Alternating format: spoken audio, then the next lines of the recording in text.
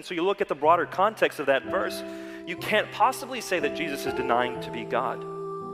So point out context. Whenever someone asks about a biblical verse, say that is a great question. Let's read what the Bible says and take a look at that whole chapter. There's no way someone can read that chapter, see what Jesus says, and walk away saying Jesus is anything but God. And so that's kind of the point here.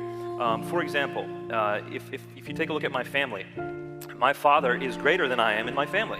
He's my father. He's the leader of our family, so he's greater than I am in role. But my father is just as human as I am. So we're equal in substance, but my father is greater in role than me. So when Jesus says that the Father is greater than I, he's talking about the Father's role. He's not talking about his substance. He's equal in substance. And so we need to explain that. The term Son of God throws Muslims off. So explain the Trinity, explain that, know it yourself to be able to explain it. We're going to take one more question. We have a couple important last things we want to do.